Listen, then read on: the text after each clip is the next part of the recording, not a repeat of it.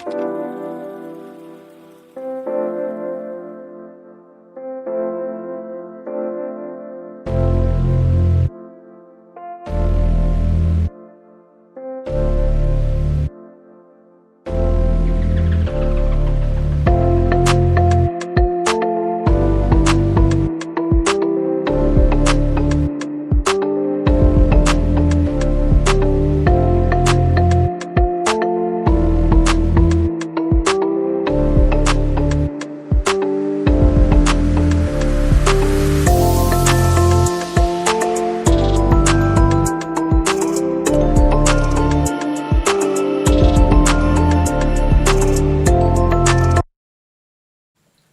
हम खड़े हैं सोनभद्र के एक ऐसे ग्राम में जहां पर एक मूर्धन्य मनीषी, चिंतक, विचारक प्राण से अपने जीवन की आहुति देने तक का संकल्प लेकर सेवा करते रहे देश की, देशवासियों की।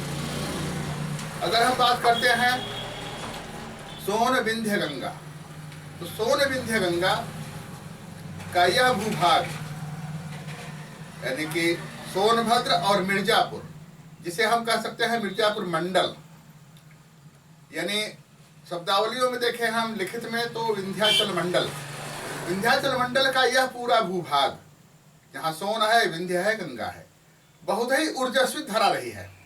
और अनेक ऋषि, मनीषी, तपस्वी, चिंतक, विचारक यहाँ पर रह करके तपस्या करने से लेकर सेवा करने के भाव से ही हमेशा समादृत हुए हैं। और आज उनके न रहने पर भी उनका स्मरण पूरे परिक्षेत्र में किया जाता है, पूरे विंध्याचल मंडल के परिक्षेत्र में। जहाँ सोनभद्र है, विंध्याचल है, इसे हम भदोही या भद्रोही तक कह सकते हैं। इस तरह की बातें हैं। यहाँ पर समाज सुधारक, चिंतक, अच्छे अच्छे उच्च कोटि के वैद्य, यानी अगर हम देखें तो बेलन और सोन से लेकर के कैमूर की उपत्यका, विंध्याचल और गंगा तक का यह भूभाग पूरा वैद्य की परंपरा से लेकर चरक और सुश्रुत से लेते हुए अब तक जो स्थितियां रही हैं, आदि मानव का प्रथम बसाव जहां बेलन घाटी में हुआ, यहां से आदिम सभ्यता से लेकर आज तक की स्थिति एकदम जागृत है और शिखर पर है। हम बात कर रहे हैं यहां पर आयोजित आज के कार्यक्रम किसान सम्मेलन की। स्वर्गीय संकटा प्रसाद सिंह जी की आज जयंती, और ऐसे में इन्होंने अपना पूरा जीवन होम किया, स्वयं को समर्पित कर दिया समाज के लिए। और 1988 में भारतीय किसान संघ के संगठन मंत्री, 2005 में राष्ट्रीय अध्यक्ष आदि दायित्वों का ये परिपालन करते रहे, एक निष्ठ भाव से, अनुशासनात्मक प्रणाली से। ये रहने वाले गाजीपुर के, तो गंगा का तट वहां भी, गाजीपुर गंगा का तट, गंगा के तट से वहां से होते हुए गंगा का इलाका और ये पूरा सोनभद्र तक, ये पूरा समन्वित रूप से यहाँ पर आच्छादित रहा है ऐसी मनीषियों की दिनचर्या से, परंपरा से, इनके चिंतन से, इनके मनन से। तो आज देखें कार्यक्रम में इसके स्वर्गीय संकटा प्रसाद सिंह जी के, जहां पर आज सदर विधायक भूपेश चौबे जी, घोरावल विधायक डॉक्टर अनिल कुमार मौर्य जी, राज्यसभा सदस्य सांसद राम शकल जी और संघ के प्रचारक गण, मूर्धन्य विचारक प्रचारक के साथ ही इनका जो सम्मेलन हो रहा है किसानों का, इस पर बोलने वाले काशी हिंदू विश्वविद्यालय से लेकर के अन्य शोध संस्थानों तक के लोग यहाँ पर आज उपस्थित हैं। इनके भी व्याख्यान आप सुनेंगे इस तारतम्य में। और एक और बात मैं कहना चाहूंगा, इसका आयोजन काशी प्रांत या कह ले काशी नगरी से सुरभि शोध संस्थान, जिसके श्री विनोद जालान जी श्रीमान हरीशचंद्र हरीश जी, ये लोग आयोजक मंडल में रहे हैं।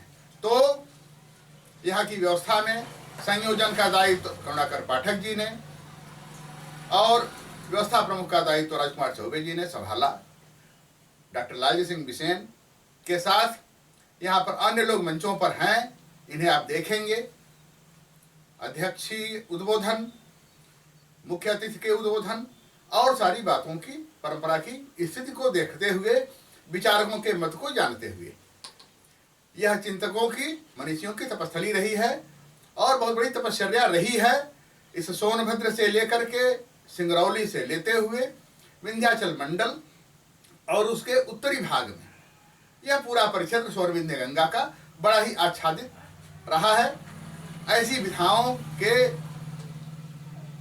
प्रतिभाओं से और कह लें कि अनेकशः ऋषि मनीषी यहाँ पर बहुत ही सुचर्चित रहे हैं, जिनमें से बहुत के नाम तो हम नहीं याद कर पाएंगे अतीत की बातों में, लेकिन हाँ, कुछ मूर्धन्य विद्वान ऐसे हैं जिन्होंने अपना सर्वस्व न्यौछावर किया समाज के हित के लिए, वैद्य की परंपरा से लेते हुए अन्य समाज सेवा के विधाओं तक, राजनैतिक पदों से लेते हुए।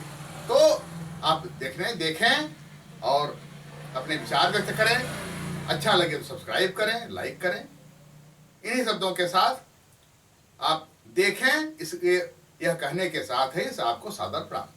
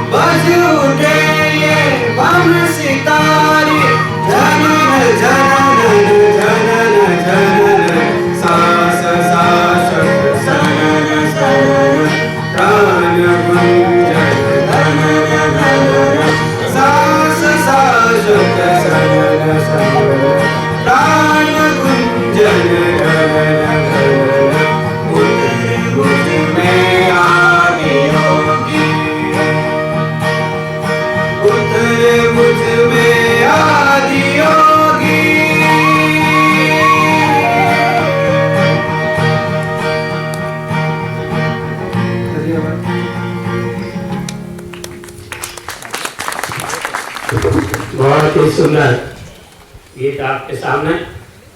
सरकार द्वारा विभिन्न प्रकार की योजनाएं चलाई जाती हैं, परंतु किसान बंधुओं को उनकी जानकारी न होने के कारण वह उनका पूर्ण रूपेण लाभ नहीं ले पाते। वह अपने आसपास ही सीमित रह जाते हैं। सरकार ने कौन सी योजना चलाई, कौन सा लाभ मुझे मिलने वाला है या क्या मुझे मिलना चाहिए, इसकी जानकारी न होने के कारण वह उस लाभ से वंचित रह जाते हैं। तो सरकार द्वारा जो विभिन्न विभागों में योजनाएं चलाई जाती हैं और किसान को उसका क्या लाभ मिल सकता है, सहयोग से हमारे बीच जिला सहकार के अधिकारी, जैसा कि हरीशचंद्र जी ने बताया कि आप पूर्ण रूपेण संत हैं, सरकारी अधिकारी होते हुए भी, तो हमारे बीच में श्रीमान टी.एन. सिंह जी हैं। मैं आपसे निवेदन करूंगा कि सरकार के द्वारा किसानों के लिए आपके विभाग में कौन कौन सी योजनाएं हैं और किसान कैसे उनका लाभ ले सकता है, इसका संक्षिप्त विवरण हम सभी के बीच रखने का कष्ट करें। आदरणीय श्री टी.एन. सिंह।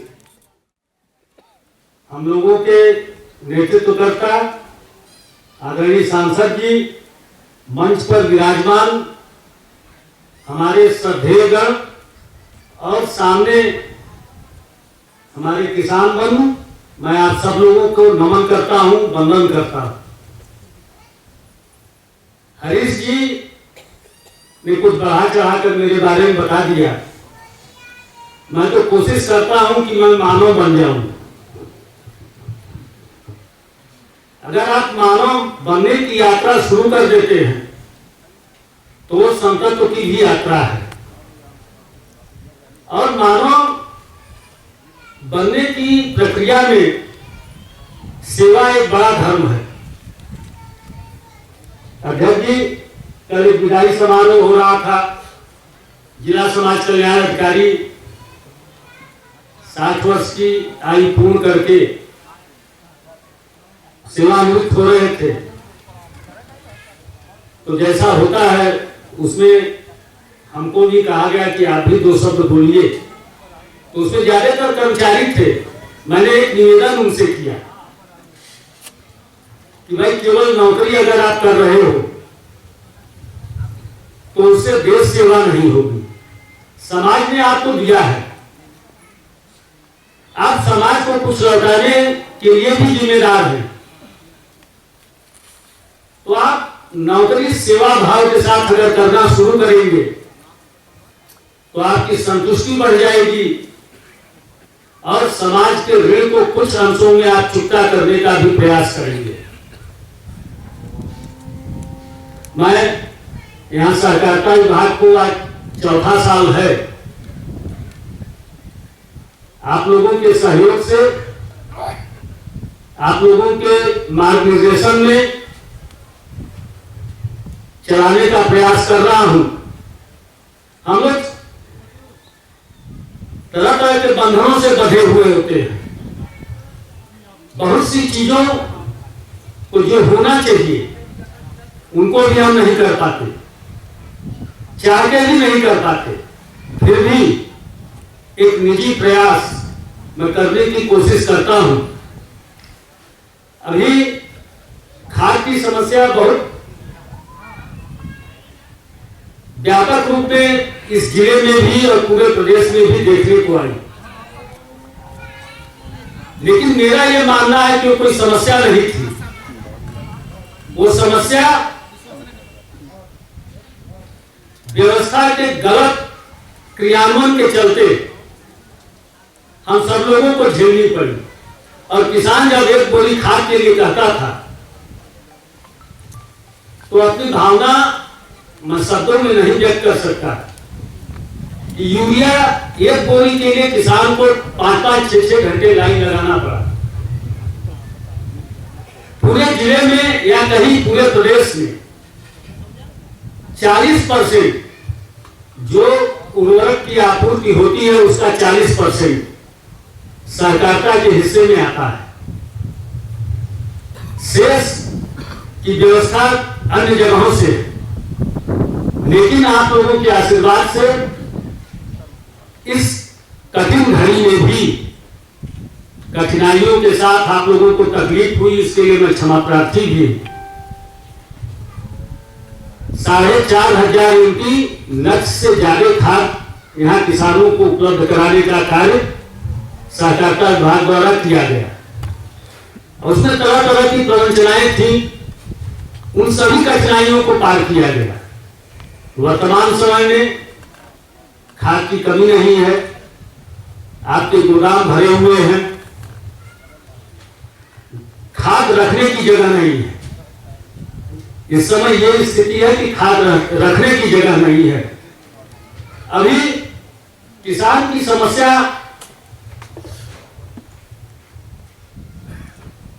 अगर किसान को भंडारण और विपणन दो समुचित व्यवस्था हो जाए, ये मैं जब विद्यार्थी काल में था तब भी मैं ये कहा करता था कि किसान को भंडारण और विपणन की अगर समुचित व्यवस्था कर दी जाए, किसान को बाजार की शक्तियों पर केवल न छोड़ दिया जाए, तो किसान खुशहाल हो जाएगा। बहुत ज्यादा करने की जरूरत नहीं है। तकनीक नई भी बहुत अच्छी है, हमारी परंपरागत खेती भी अच्छी है, दोनों का समन्वय होना चाहिए। भारत सरकार ने, उत्तर प्रदेश सरकार ने इस आवश्यकता को महसूस किया है और जगह जगह छोटे गोदाम, बड़े गोदाम बनाने की योजनाएं चल रही हैं। और जो हमारे अपर मुख्य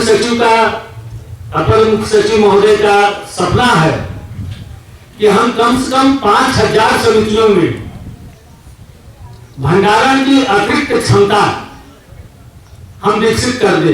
इसके लिए भारत सरकार ने पैसा दे रखा है और आप लोगों के सहयोग से उसके अतिरिक्त यहाँ पर भंडारण की वृद्धि के लिए हम लोग भी प्रयासरत हैं। यहाँ पर ओगरा की समिति में एक 200 यूनिट का गोदाम प्रस्तावित है, उसके लिए पैसा अवमुक्त किया जा चुका है प्रथम किस्त।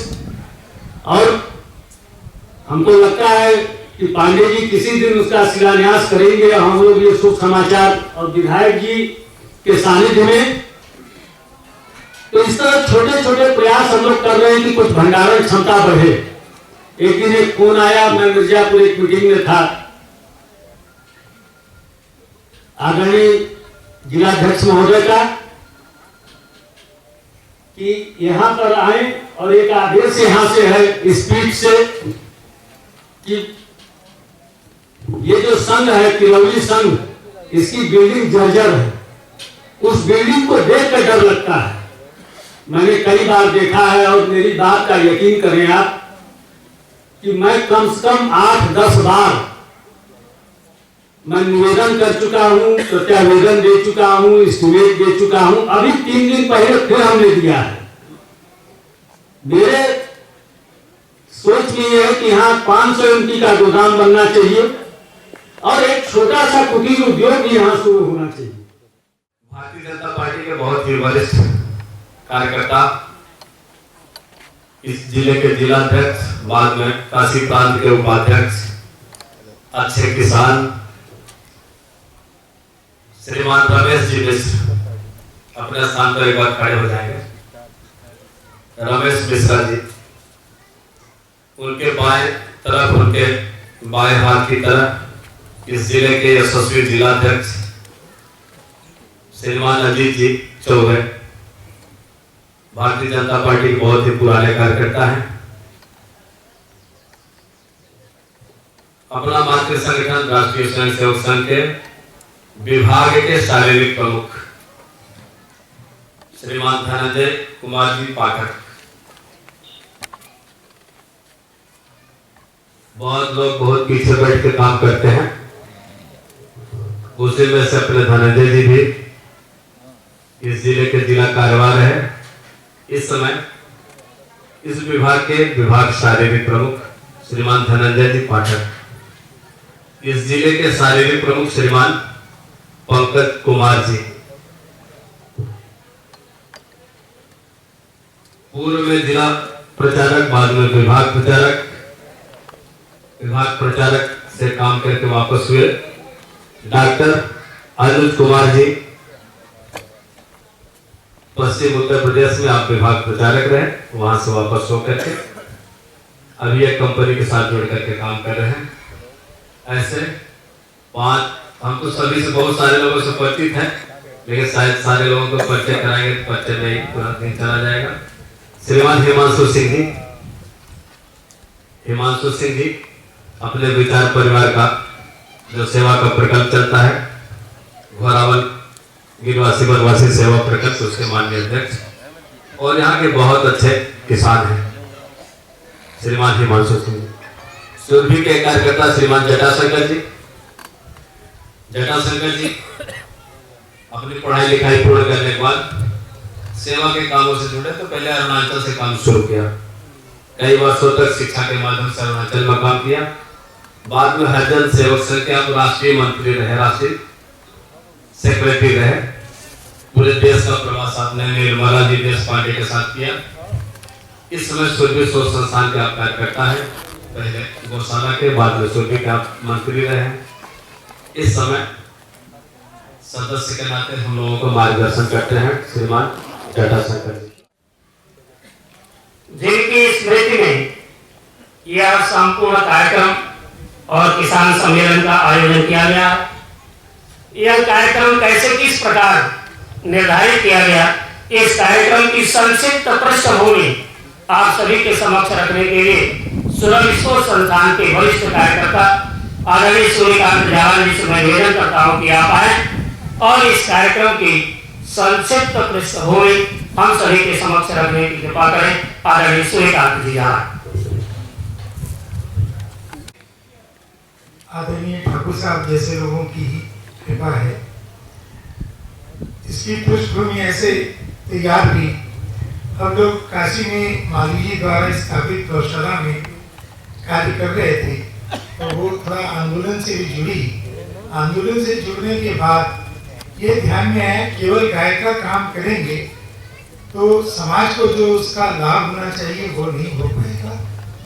तो आप जैसे मनुष्यों ने कहा कि आप इसको थोड़ा शोध के साथ जोड़िए और गांव के विकास के साथ जोड़िए। तो इन लोगों की प्रेरणा से ये सुरभि शोध संस्थान सन 1991 में काशी में स्थापना हुई और इसका कार्य क्षेत्र काशी से लेकर दिल्ली तक बना।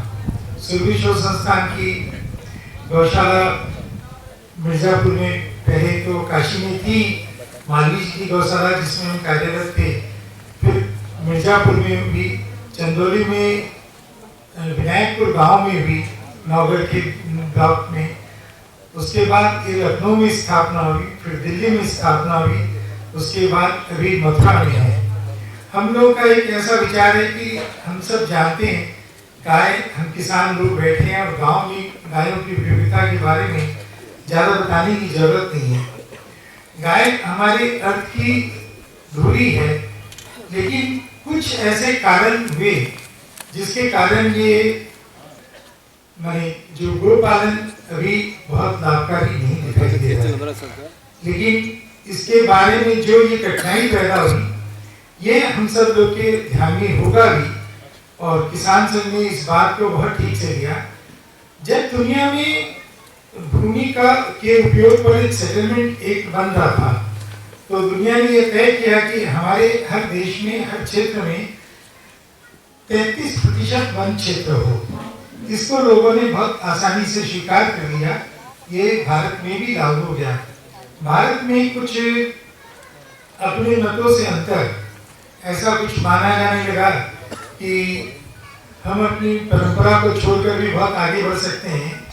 फिर ये तय हुआ कि 18% भूमि गोवंश और जानवरों के लिए सुरक्षित रखी जाए। लेकिन उस समय अपने समाजवादी कम्युनिस्ट विचारधारा के लोगों ने इसका पुरजोर विरोध किया, और विरोध करके भी कहा कि अभी आदमी के लिए तो जगह नहीं है, आदमी को भूखा मरना है, ऐसा बहुत सारे तर्क देकर इन लोगों ने उसको 18% को 12% कर दिया। तो 33% वन क्षेत्र और 12% ये गोवंश के लिए सुरक्षित हो, ऐसा एक कानून तो बना, लेकिन हम सब किसान भाई जान रहे हैं और अपने आसपास भी देख रहे हैं, प्रत्यक्ष में 4% भी हमारे यहाँ गोचर भूमि या पशुपालन के लिए 4% भी भूमि छोड़ी नहीं गई। और ये एक गंभीर संकट हुआ, और गाय कष्ट में आई तो किसान कष्ट में आए, किसान कष्ट में आए तो देश की अर्थनीति कष्ट में आई।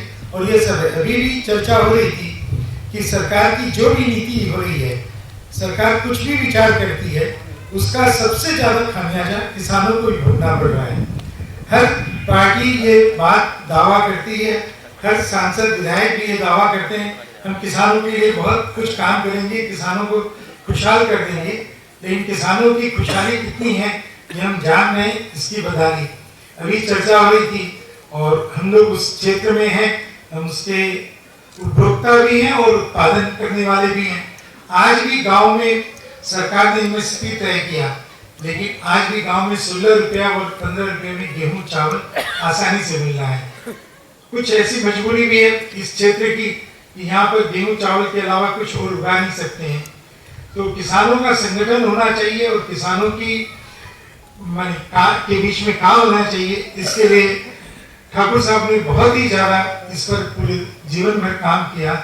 भारतीय किसान संघ हम सब जानते हैं, एक भारतीय किसान यूनियन के नाम से पश्चिम में टिकट का एक सम्मेलन हुआ, लेकिन उसका काम आंदोलन करना था, एक नकारात्मक रास्ता रोकना और अपनी बात जबरदस्ती मनवाना। लेकिन इसके विपरीत भारतीय किसान संघ ने किसानों का संगठन और किसानों को वैचारिक रूप से, आर्थिक रूप से, सामाजिक रूप से मजबूत बनाने के लिए काम किया। ये दुनिया का संभवतः सबसे बड़ा किसान संघ है जो आज कार्यरत है। और वो भी ठाकुर साहब उसके हमारे नेता रहे, अगुवा रहे, उनके कारण ये काम खड़ा हुआ। और आज उनकी ये कर्म भूमि पर जहाँ वो पले बढ़े वहाँ हुआ। कार्यक्रम आपके गांव में करने के पीछे एक उद्देश्य है। ये मिर्जापुर सोनभद्र दुनिया की नज़र में शायद ये वनवासी क्षेत्र है जहाँ पिछड़े और भूखे नंगे लोग रहते थे, लेकिन यहाँ पर बहुत सारे सामाजिक कार्यकर्ता निकले।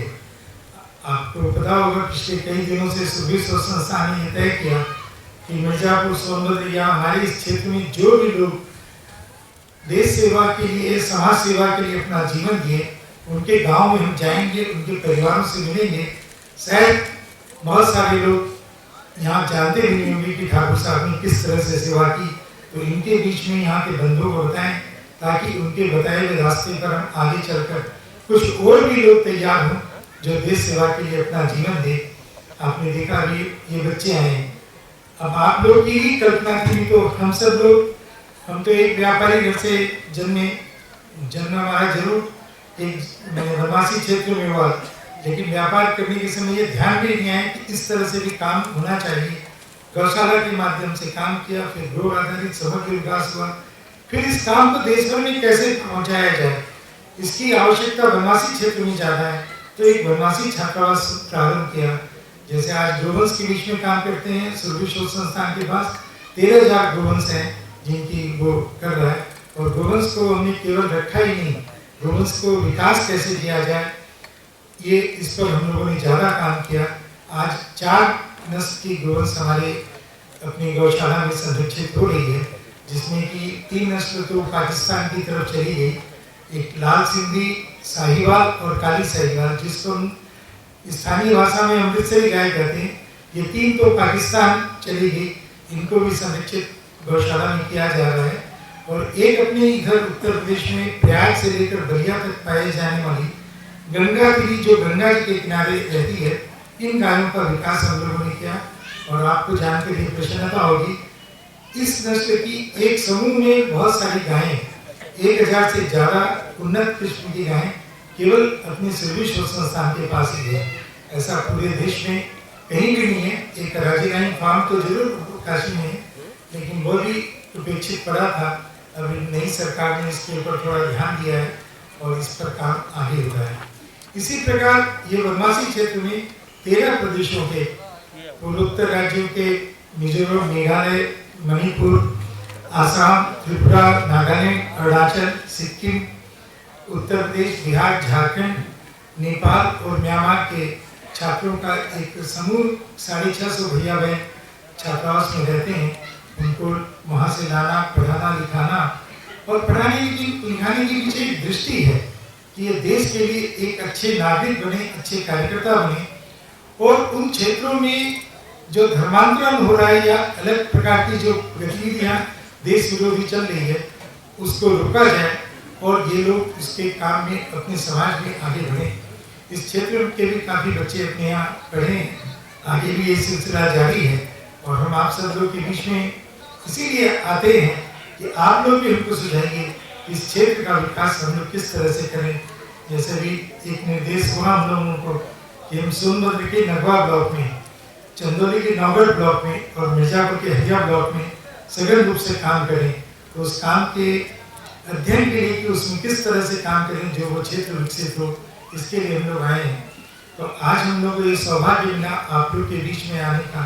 ठाकुर साहब की पुण्यतिथि पर हम लोग ये ठाकुर साहब की जन्म तिथि पर हम सब लोग यहाँ एकत्र हुए और उनसे आशीर्वाद देकर हम इस काम को और आगे बढ़ाएं, ऐसा हम लोग का सोच है। विश्व संस्थान इस तरह के एक अभियान में चल रहा है कि देश सेवा के लिए, समाज सेवा के लिए जो लोगों ने अपना जीवन दान दिया हम उनके गांव में जाएं, उनका स्मरण करें और उनके जीवन से प्रेरणा लेकर क्षेत्र में काम को आगे बढ़ाएं। ऐसा ही हम लोगों का एक उद्देश्य बना है। मैं आप सब लोग को, मेरे को यहाँ अवसर दिया, आप लोगों ने यहाँ कार्यक्रम करने की अनुमति दी, इसके लिए मैं आप लोगों का बहुत आभारी हूँ। धन्यवाद। जय भारत। संघ कार्यालय लखनऊ के सकुंज में ही अंतिम समय उनका व्यतीत हुआ। तो पूज्य ठाकुर साहब के जीवन परिचय और उनसे जुड़े प्रेरणात्मक संस्मरणों को हम सभी के बीच रखने के लिए हमारे बीच जो अपना संपूर्ण जीवन इस राष्ट्र के लिए समर्पित कर दिए अपने इस पूर्वी क्षेत्र के क्षेत्र प्रचारक माननीय अनिल जी हमारे बीच उपस्थित है।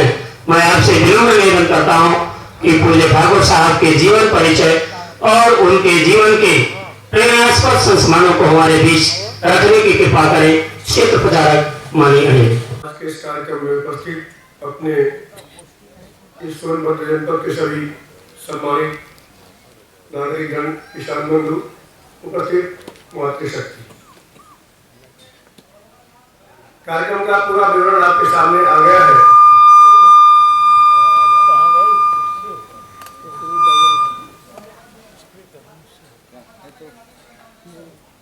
अभी मुझे ठाकुर साहब के जीवन के बारे में कुछ बातें, कुछ प्रसंग बताने के लिए ऐसा कहा गया है।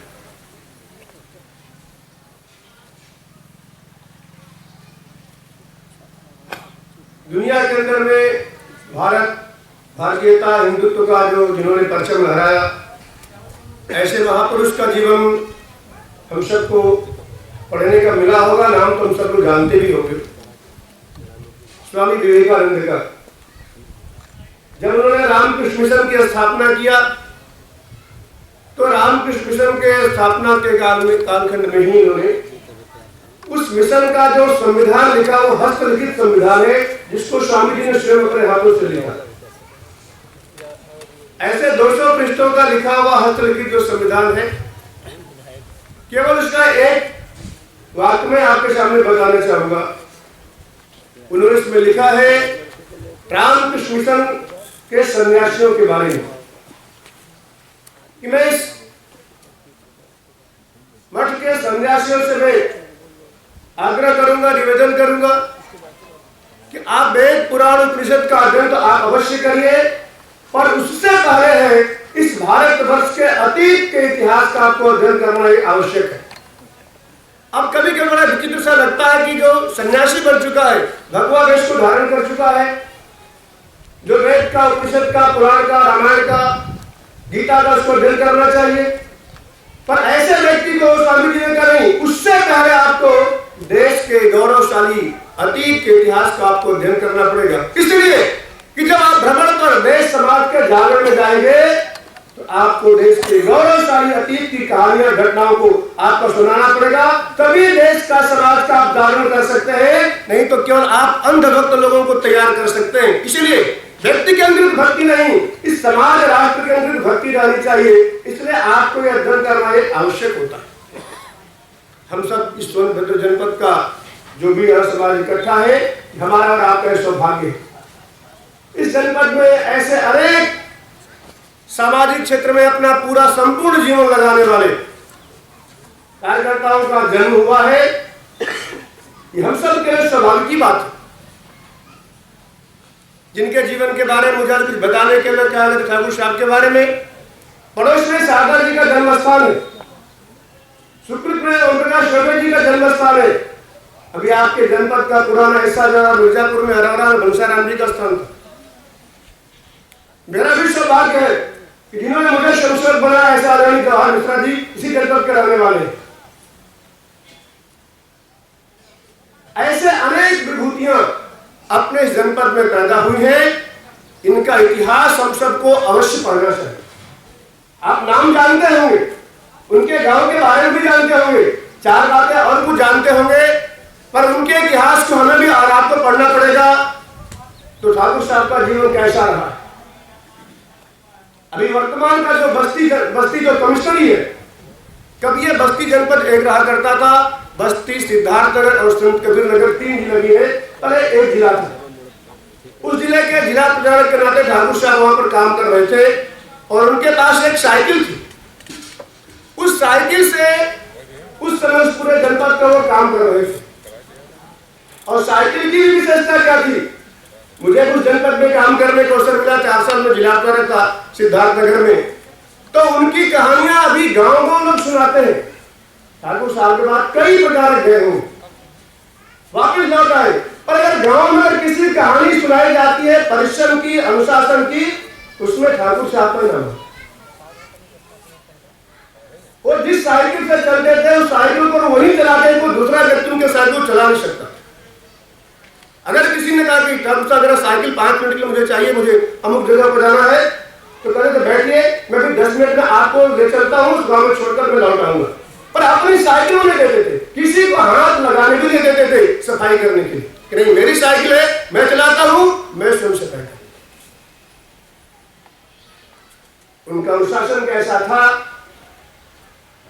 हम लोगों ने बहुत वरिष्ठ प्रचारकों को केवल नाम सुना, उनके जीवन पढ़ते हैं, पर ठाकुर साहब के जीवन को देखने के बाद अपने वरिष्ठ प्रचारक जिन्होंने संघ की स्थापना में अपने को विसर्जित कर दिया, जिनको हम लोग देख नहीं पाए, इस प्रकार के लोगों को ठाकुर साहब के जीवन को देखने के बाद लगता था कि ऐसे लोग थे। आदरणीय दीनदयाल उपाध्याय जी के बारे में उनके जीवन परिचय में लिखा हुआ है। ऐसे कई वरिष्ठ अधिकारी बताते भी कि जनसंघ के कार्यकर्ता होने के साथ भी जब भी वो प्रवास पर निकलते थे तो उनके साथ उस समय संघ का जो दरवेश था वो रहता था। नेकर तो उनके साथ परमानेंट प्रवास में रहती थी। जब उनकी मृत्यु हुई है दीनदयाल नगर में, जो टैक्सी खोला गया उसमें से भी नेकर ही निकला।